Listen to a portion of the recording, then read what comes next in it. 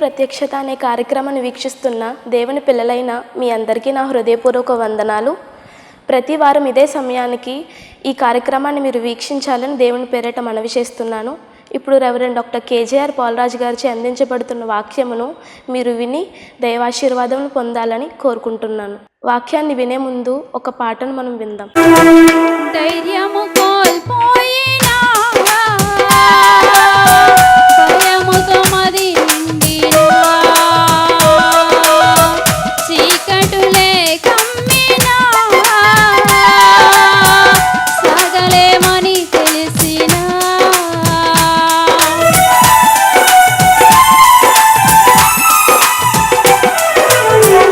ధైర్యము కోల్పోయినా భయముతో మది నిండినా చీకటులే కమ్మినా సాగలేమని తెలిసినా మా పితరులను నడిపించిన నీ సామర్థ్యం మాకు తెలిసిన మా పితరులను నడిపించిన నీ సామర్థ్యం మాకు తెలిసిన మాకు ధైర్యముగా ఉన్నది, ఎంతో నెమ్మదిగా ఉన్నది.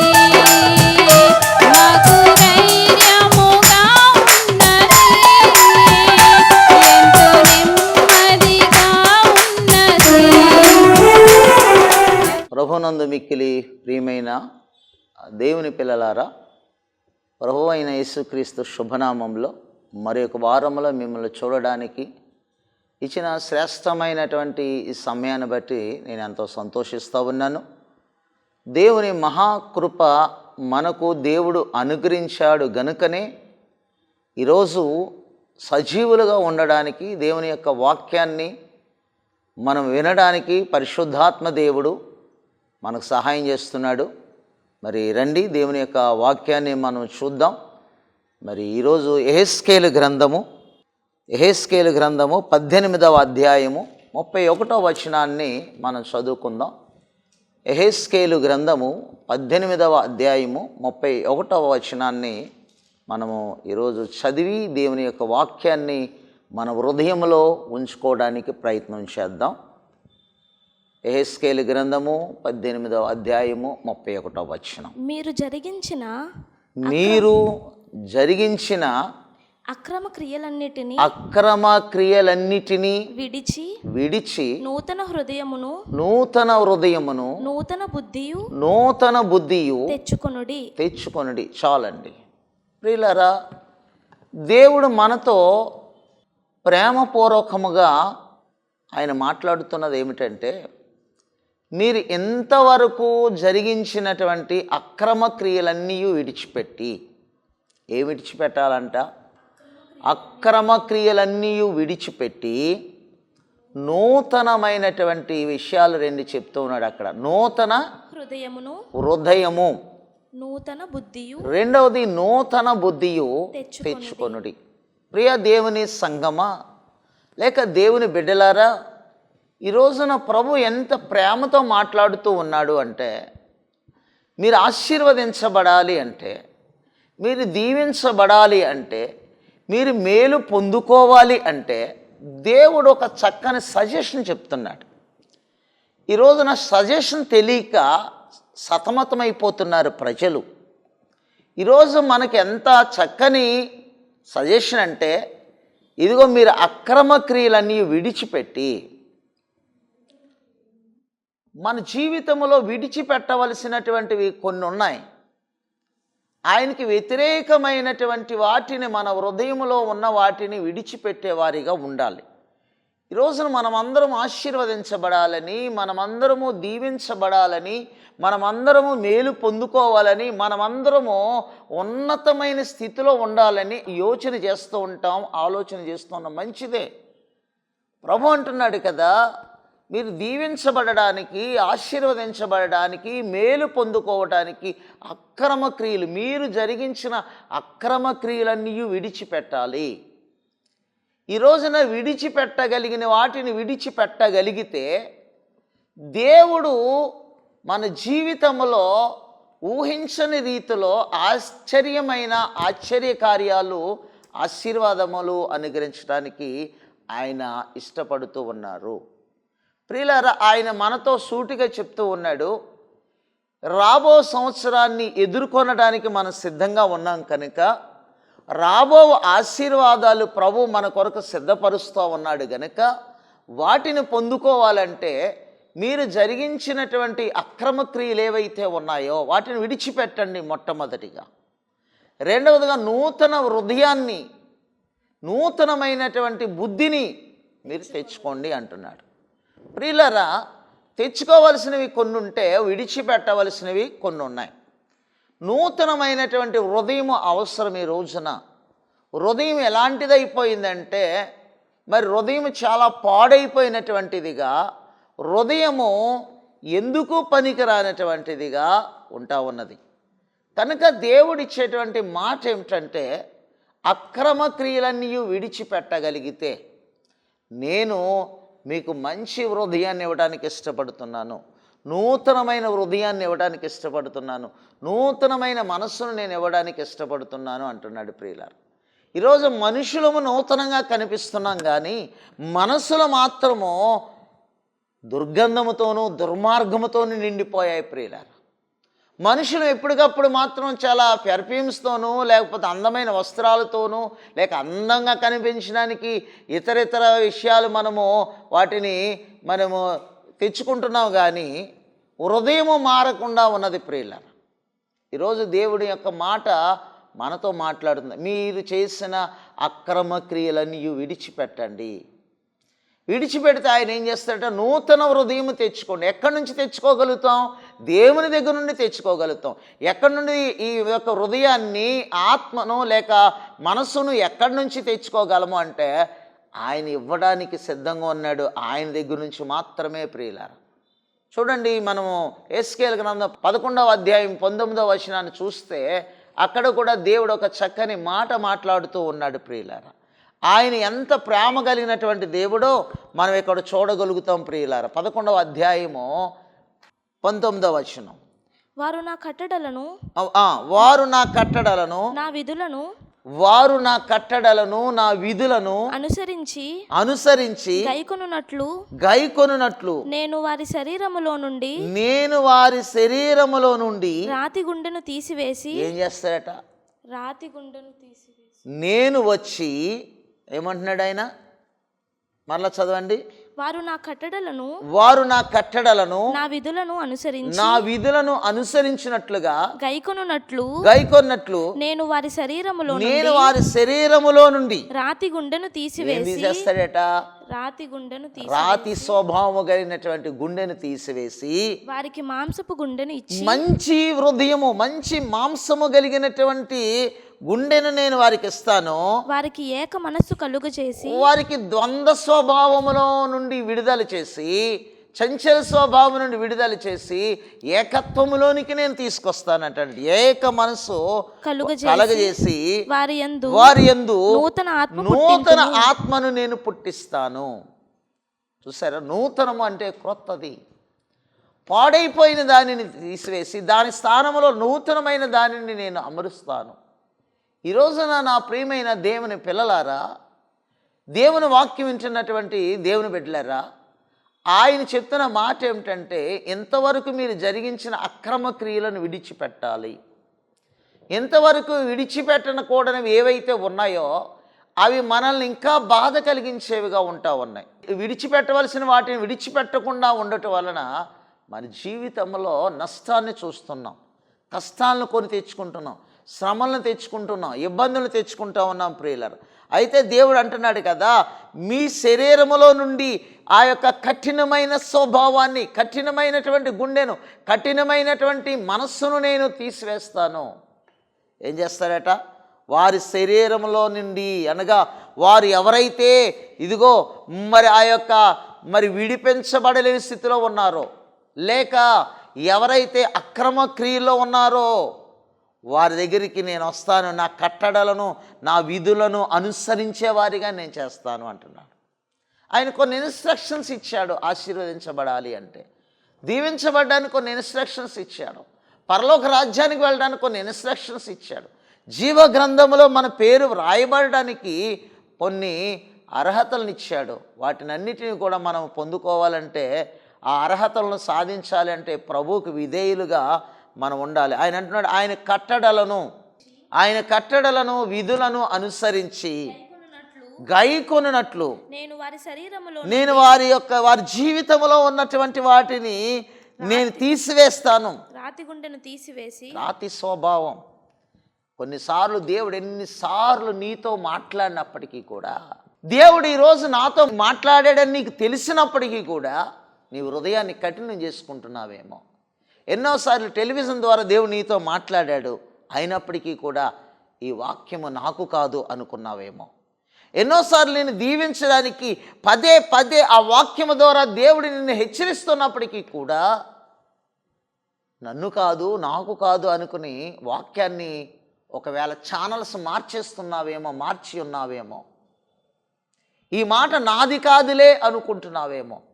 అయితే దేవుడు అంటున్నాడు, రాతి స్వభావం నీలో ఉంది కనుక నువ్వు దేవుని యొక్క సన్నిధికి వచ్చినప్పటికీ దీవించబడలేకపోతున్నావు. దేవుని సన్నిధిలో దేవుని యొక్క వాక్యాన్ని విన్నప్పటికీ కూడా దాన్ని త్రోసివేస్తున్నావు. కారణం ఏమిటంటే, అక్రమ క్రియలు నిన్ను ఏలుబడి చేస్తూ ఉన్నాయి. నా ప్రియమైన దేవుని బిడ్డలారా, ఇదిగో ఈ సంవత్సరం పూర్తి కాకముందే నీ యొక్క జీవితంలో దేవునితో నువ్వు మాట్లాడగలిగితే, నీ యొక్క రాతి గుండెని తీసివేయగలిగినటువంటి ఆయన దగ్గరికి వస్తే ఆయన ఏం చేస్తాడంట, రాతి గుండెని తీసివేసి మాంసపు గుండెను నీకు ఇస్తాను అంటున్నాడు ప్రియులారా. అంతేకాకుండా చంచలమైన మనస్సు, ద్విమనస్సు కలిగినటువంటి నీ జీవితంలో లేక ఆయన ఆ ద్విమనస్సును తీసివేసి, చంచలత్వాన్ని తీసివేసి ఏక మనసు దేవుడు నీకు ఇస్తాను అంటున్నాడు. ఎంత గొప్ప ధన్యత అండి ప్రియమైనటువంటి దేవుని బిడ్డలారా. అంతేకాకుండా ఇదిగో నూతన ఆత్మను నేను పుట్టిస్తాను. ఈ రోజున మనుషులము నూతనంగా కనపడవచ్చు కానీ మనస్సులో మాత్రము కఠినంగా ఉంటా ఉన్నాయి. ఎన్ని వాక్యాలు విన్నా ఆ యొక్క స్వభావం మారట్లేదు. ప్రభు అంటున్నాడు, ఇదిగో ఈ సంవత్సరము నీ జీవితంలో నేను నూతనమైన కార్యం చేయాలి అనుకుంటా ఉన్నాను అని ఆయన ఆశపడుతూ ఉన్నాడు. నూతన కార్యము చేయడానికి దేవుడు ముందుకు వస్తున్నాడు కనుక నూతనమైన స్వభావాన్ని మనం కలిగి ఉండాలి. ప్రియులారా, ఒకానొక సందర్భంలో దావీదు తప్పిదము చేసినప్పుడు అతడు ఎంతో ప్రార్థన చేశాడు. 51వ కీర్తన 10వ వచనం అంటాడు కదా, ఇదిగో శుద్ధమైన హృదయాన్ని నాకు కలగచేయ్యా. నేను పాపం చేశాను దేవా, నా మనసు ప్రశాంతంగా లేదు, నేను చాలా వేదనతో ఉన్నాను, శుద్ధమైన హృదయాన్ని కలగచేయి ప్రభా అని దేవునితో వేడుకుంటా ఉన్నాడు. ప్రియులారా, శరీర క్రియలని విడిచిపెట్టాలనుకుని ఆయనతో మాట్లాడుతున్నాడు. ఈ రోజున దావీదు వలె నువ్వు ఎందుకు మాట్లాడకూడదు దేవుని దగ్గర? చదువుదాము 51వ సంకీర్తన 10వ వచనంలో, దేవా నా యందు శుద్ధ హృదయము కలుగచేయము, నా యందు శుద్ధ హృదయము కలగచేయము, నా అంతరంగములో స్థిరమైన మనస్సు నూతనముగా పుట్టించు. ఏం పుట్టించమని అడుగుతున్నాడు దావీదు? గొప్ప దేవుని యొక్క కుమారుడైన దావీదు నా ఇష్టానుసారమైన మనుష్యుడని దేవుడు సెలవిస్తున్నాడు. అయినప్పటికీ కూడా తన శరీరము తప్పిదము చేసినప్పుడు ఎంతో విలవిల్లాడిపోతూ ఉన్నాడు. అయ్యో, నా దేవునికి దూరం అయిపోయానే, శరీర క్రియలకు అయిపోయానే, అయ్యో నా హృదయము గలిబిలిగా ఉంది అని దేవునితో మాట్లాడుతున్నాడు. నా యందు శుద్ధ హృదయము కలగచేయ్యా. మరొకసారి శుద్ధునిగా ఉన్నటువంటి నేను అపరిశుద్ధుని అయిపోయాను, మరలా నన్ను కడుగు, శరీర క్రియలన్నీ తీసివేయి ప్రభా, అక్రమ క్రియలన్నీ తీసివేయి ప్రభా, శుద్ధ హృదయము కలుగచేయము, నా అంతరంగమును స్థిరమైన మనస్సును నూతనంగా పుట్టించయ్యా. స్థిరమైన మనస్సు, స్థిరత్వము లేదు. కొంతమంది స్థిరత్వము లేక ఇటు అటు తిరిగేలాడేటువంటి స్వభావం కలిగిన వాళ్ళుగా ఉంటారు ప్రియులారా. ఈరోజు నువ్వు ఆ స్థితిలో ఉన్నావేమో, ఒకవేళ స్థిరమైన మనస్సు లేదేమో, దేవుని దగ్గర నువ్వు ఈ వాక్యాన్ని విన్న వెంటనే స్థిరమైన మనస్సు పుట్టించు ప్రభువా, నూతన ఆత్మను పుట్టించు ప్రభువా అని మనం ప్రార్థన చేయగలిగిన వారిగా ఉంటే ప్రియులరా, దావీదును కరుణించిన దేవుడు ఈరోజు నిన్ను కూడా కరుణించడానికి ఇష్టపడుతూ ఉన్నాడు. ప్రియమైనటువంటి దేవుని బిడ్డ, ఈ రోజున నీవు దేవుని యొక్క మనిషిగా, దేవుని యొక్క ఆధీనములో దేవుని చేత ప్రేమించబడినటువంటి వ్యక్తిగా ఉన్నావు గనుక నువ్వు నశించిపోవడం దేవునికి ఇష్టము లేక మరలా ఈ సందేశాన్ని నీ కొరకు మాత్రమే దేవుడు మాట్లాడుతున్నాడు. ఈ సందేశాన్ని నీ హృదయానికి తాకాలని దేవుని యొక్క ఉద్దేశమై ఉన్నది. ఆయన ప్రేమించగలిగిన వాడు నిన్ను విడిచిపెట్టే దేవుడు కాదు. యెహెజ్కేలు గ్రంథములో 36వ అధ్యాయము 26వ వచనంలో మరొక మాట ఆయన మాట్లాడుతున్నాడు. యెహెజ్కేలు గ్రంథము 36వ అధ్యాయము 26వ వచనంలో కూడా ఆయన ఎంత చక్కగా మాట్లాడుతున్నాడంటే ప్రియులారా, ఈ రోజున నీవు దేవుని మాట వినాలని ఆయన యొక్క ఉద్దేశమై ఉన్నది, ఆయన వేదన అయి ఉన్నది. నూతన హృదయమును మీకు ఇచ్చేదను. ఏమంటున్నాడు ఆయన? నూతన హృదయమును. ప్రియులారా, నూతనంగా హృదయాన్ని ఆయన ఇస్తాడట. నూతన స్వభావమును, నూతనమైన స్వభావము కూడా ఇస్తాను, మీకు కలుగ చేస్తాను. రాతి గుండె మీలో నుండి తీసివేసి మాంసపు గుండెను మీకు ఇస్తాను. నా ఆత్మను మీ యందుంచి నా కట్టడలను అనుసరించి వారిగాను నా విధులను గైకొని వారిగాను నేను మిమ్మల్ని చేస్తాను. నూతనమైనటువంటి ఆత్మనిస్తాను అంటున్నాడు. ఇంకేం కావాలండి? ఈ రోజున ఆత్మ లేని వారిగా సంఘాల్లో అనేక మంది కనిపిస్తూ ఉన్నారు. ఆత్మ పొందుకోలేని వారిగా కనిపిస్తూ ఉన్నారు. ఆత్మ లేనటువంటి వారిగా, సత్తువ లేని వారిగా, దేవునితో మాట్లాడలేని వారిగా, దేవుని దర్శనాలు లేని వారిగా, మరి దేవుని ముఖాన్ని ముఖాముఖిగా చూడలేని వారిగా ఉంటా ఉన్నారు ప్రియులారా. కారణము రాతి గుండె. నూతనమైన బుద్ధియు తెచ్చుకొనుడి అంటాడు. మనం చదువుకున్నటువంటి దానిలో ఏమంటున్నాడు? మొట్టమొదట చదివినటువంటి ఆ యొక్క 18వ అధ్యాయం యెహెజ్కేలు 31లో 18:31లో నూతనముగా విడిచిపెట్టి నూతన హృదయమును నూతన బుద్ధియు తెచ్చుకొనుడి. ఈ రోజున నూతనమైన బుద్ధి కావాలి.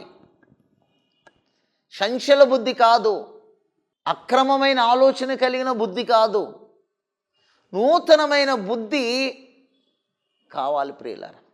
చిన్న కుమారుడు దూరదేశానికి వెళ్ళిపోయినప్పుడు తన బుద్ధిని స్వబుద్ధిగా ఆధారం చేసుకుని నేనేదో గొప్పవాడిని అయిపోవాలని ఇతర దేశంలో ఏదో తంటాలు పడిపోయాడో, తన స్వబుద్ధిని ఆధారం చేసుకుని గొప్పవాడిని అయిపోవాలనుకున్నాడు ప్రియులారా. కానీ స్వబుద్ధి తనని నాశనానికి నడిపించింది. తాను తండ్రి ఇంటి నుండి వెళ్ళిపోవటమే అతని జీవితంలో మరి చాలా వేదనకు గురి చేసింది. అయితే ఆ చిన్న కుమారుడు అంటున్నాడు కదా, తనకు బుద్ధి వచ్చినప్పుడు, ఆ బుద్ధి వచ్చినప్పుడు ఆలోచన ఏం కలిగిందంటే, నా తండ్రి ఇంట అనేక మంది కూలివానికి అన్నము సమృద్ధిగా ఉన్నది అన్న ఆలోచన వచ్చింది. నా తండ్రి ఇంటికి వెళ్ళాలన్న ఆలోచన వచ్చింది. బుద్ధి వచ్చినప్పుడు తండ్రి జ్ఞాపకం వచ్చాడు. బుద్ధి వచ్చినప్పుడు తన ఊరు జ్ఞాపకం వచ్చింది. బుద్ధి వచ్చినప్పుడు తన జీవితంలో ఆ యొక్క చేసినటువంటి తప్పిదము జ్ఞాపకం వచ్చింది. ఈ రోజున చిన్న కుమారుడు వలె బుద్ధి వచ్చినప్పుడు తిరిగి రాగలిగిన అనుభవం నీలో ఉందా? దేవునికి దూరం అయిపోయి ఎంతకాలము మనము లోకములో బ్రతుకుతాం? ఎంతకాలము లోకములో జీవిస్తాం? ఎంతకాలము లోకములో ఉన్న సంతోషాన్ని అనుభవించాలని లోకములో ఉన్న దాని కొరకు ఆరాటపడతాం? ఈ రోజున అలాంటి రాతి స్వభావాన్ని దేవుడు తీసివేయడానికి నీతో మాట్లాడుతున్నాడు. ఇదిగో రాతి హృదయము లేకపోతే రాతి యొక్క గుండె తీసివేసి, చెడిపోయినటువంటి మనస్సును తీసివేసి ఏక మనసు ఇవ్వడానికి ఆయన ఇష్టపడుతున్నాడు. నూతన బుద్ధి తెచ్చుకోవడానికి సంసిద్ధులుగా ఉండాలి ప్రియులారా. ఈరోజు నూతన బుద్ధి వలన చిన్న కుమారుడు పోగొట్టుకున్న సౌకర్యాన్ని మరలా సంపాదించుకున్నాడు. నూతన బుద్ధి అతనిలోనికి ఎప్పుడొచ్చిందో, ఎప్పుడైతే తెచ్చుకోగలిగాడో, మరలా తను తగ్గించుకొని తండ్రి ఇంటికి వచ్చాడో, పోగొట్టుకున్న ఆనందాన్ని సంపాదించుకున్నాడు, పోగొట్టుకున్న ఐశ్వర్యాన్ని సంపాదించుకున్నాడు, పోగొట్టుకున్న సంతోషాన్ని సంపాదించుకున్నాడు, పోగొట్టుకున్న తండ్రి నుండి విడిపోయిన బంధాన్ని మరలా సంపాదించుకున్నాడు. కారణము అతనిలో కలిగిన నూతన బుద్ధి. ఆ పాడైపోయిన బుద్ధి ఉంటే అతడు అక్కడే తండ్రికి దూరం అయిపోయి ఒక అనాథగా చచ్చిపోయి ఉండేవాడేమో, ఆకలికి అలమటిస్తూ. అయితే తన మంచి సజెషన్కి వచ్చాడు, మంచి డెసిషన్ తీసుకున్నాడు. ఏమిటంటే, నేను నా తండ్రి ఇంటికి వెళ్ళాలి. ఈ రోజున తండ్రి ఇల్లు నిన్ను పిలుస్తూ ఉంది. నా కుమారుడా, ఇదిగో నా యొద్దకు రమ్మని ఆయన పిలుస్తూ ఉన్నాడు. ఈ రోజున దేవుడు నీతో ఎంత సూటిగా మాట్లాడుతున్నాడంటే, ప్రియ సోదరి సోదరుడా, దేవుడు నిన్ను ప్రేమిస్తున్నాడు కనుక ఆయన ఇష్టపడుతున్న నూతనమైన బుద్ధి మరలా ఆయన దగ్గర నుండి నీకు ఇవ్వడానికి ఇష్టపడుతూ ఉన్నాడు.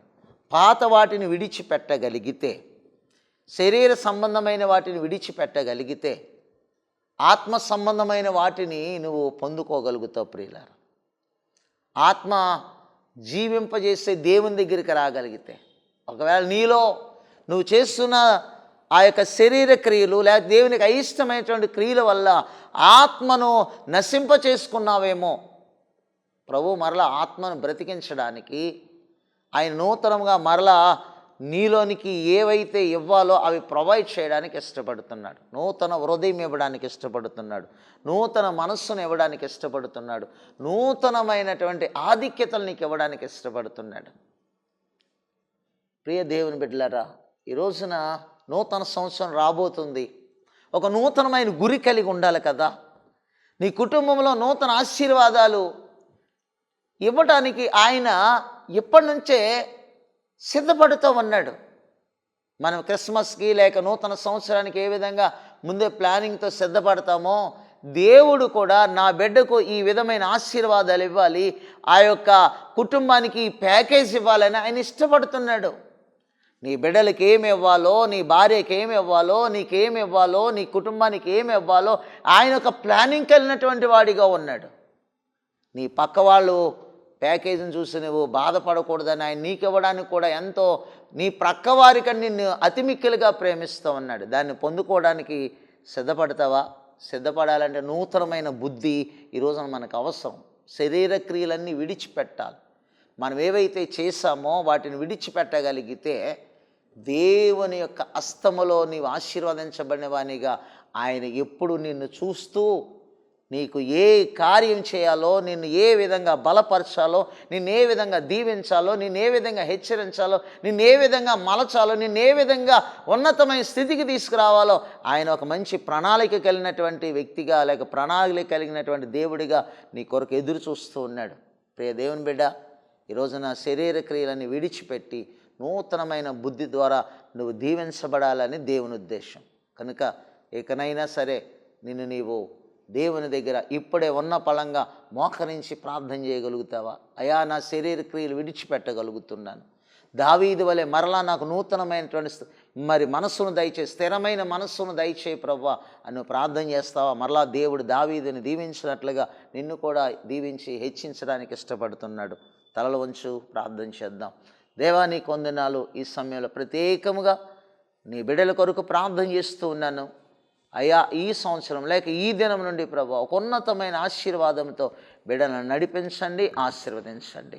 ఈ వర్తమానమైన బిడ్డలను నాయన రాబో దినాల్లో ప్రభువా నీ కృపతో నింపండి. నూతనమైన బుద్ధి దయచేయండి, నూతనమైన స్వభావం దయచేయండి, నూతనమైన హృదయం దయచేయండి, నూతనమైనటువంటి మనస్సును దయచేయండి బాబు. ఏక మనస్సుతో నింపమని ప్రార్థిస్తూ కుటుంబాల్లో ఉన్న కలతలను తొలగించి, కుటుంబాల్లో నీ కనికరం అనుగ్రహించి నీ కొరకు జీవించేటువంటి కుటుంబాలుగా తీర్చిదిద్దామని యేసయ్య శ్రేష్టమైన నామమున అడిగి వేడుకుంటూ ఉన్నాము తండ్రి, ఆమేన్. అందరికీ వందనాలు.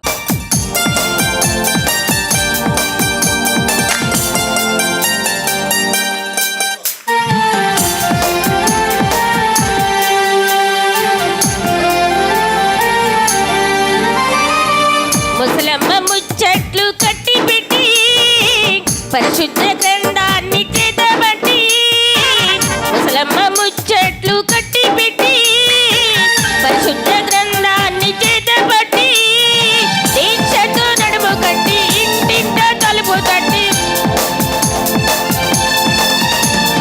దీక్షతో నడుము కట్టి ఇంటింటి తలుపు తట్టి యేసయ్య ఊసే చెప్పమ్మా ఊరెక్కడే ఉంటే తప్పమ్మా యేసయ్య ఊసే చెప్పమ్మా ఊరెక్కడే ఉంటే తప్పమ్మా ముసలమ్మ ముచ్చట్లు కట్టి పెట్టి పరిశుద్ధ గ్రంథాన్ని చేతబట్టి దయచేసి అందరూ చప్పట్లు కొడదాం.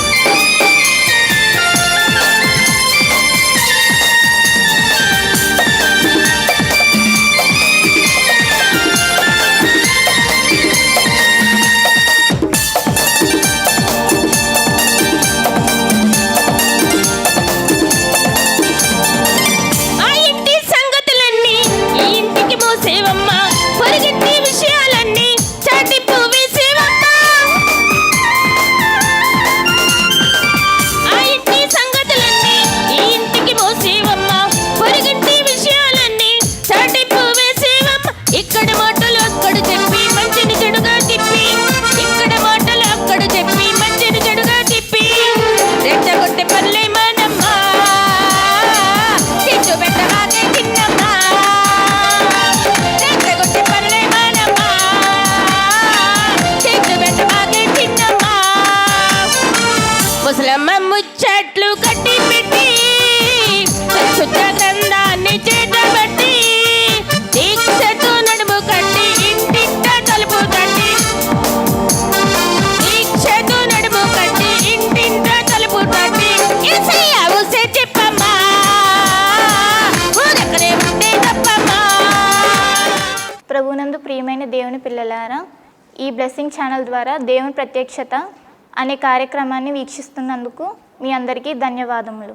ఈ కార్యక్రమాన్ని మీకు అందిస్తున్నందుకు సంతోషిస్తున్నాము.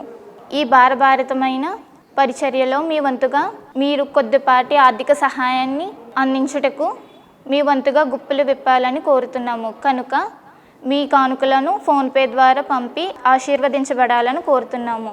దేవుని మిమ్మల్ని దీవించునుగాక. ఆమేన్. మా చిరునామా రెవరెండ్ డాక్టర్ కేజేఆర్ పోలరాజ్ గారు, new Jerusalem central church, Saidilpeta, Mendapeta, doctor BR Ambedkar, Konaseema district, Andhra Pradesh. మా సెల్ నంబర్స్ 9676497742 మరియు 9618277996.